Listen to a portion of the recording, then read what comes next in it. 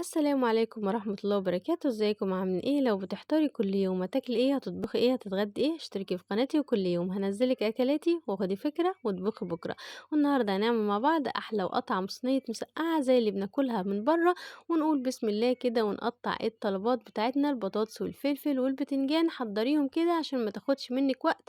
وهتبدأ تحمريهم كده، ونصيحة وانتي بتحمري البتنجان ما تخليهوش يسود منك عشان ما يمررش في المسقعة بتاعتك ويبقى ليه طعم كده وطري جميل.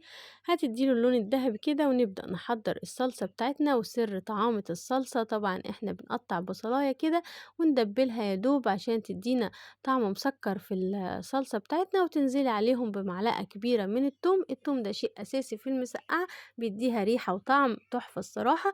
هتشوحيهم كده، وأول ما ريحة التوم تطلع هتنزل بالصلصة بتاعتنا واديها البهارات بتاعتها: ملح وفلفل اسود وفلفل احمر ورشه من الكمون.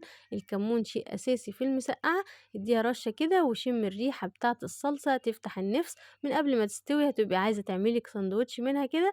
وهنبدا بعد ما حمرنا الحاجات بتاعتنا ننزلهم في الصلصه ونسيبهم ياخدوا قلبه كده قلبتين على البوتاجاز، بحيث ان هم يتشربوا من طعم الصلصه الجميله بتاعتنا.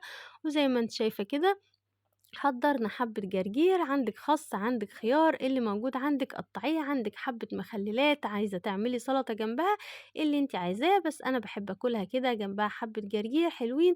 يالّا كده، وزي ما أنتِ شايفة أحلى صينية مسقعة تفتح النِّفس، طالعة كإنها لوحة فنية كده، كل حاجة مدّياكِ شكل، البطاطس شكل والفلفل والبتنجان، حابة تغرفي طبق، طبق كده وبألف هنا وشفا. يالّا كده حضّري العيش الطازة الجميل. ويلا كده لو عجبتك أكلة النهاردة ما تنسيناش باشتراك ولايك، وخدي فكرة واطبخي بكرة، وبألف هنا وشفا ليكم ولينا، ومع ألف سلامة.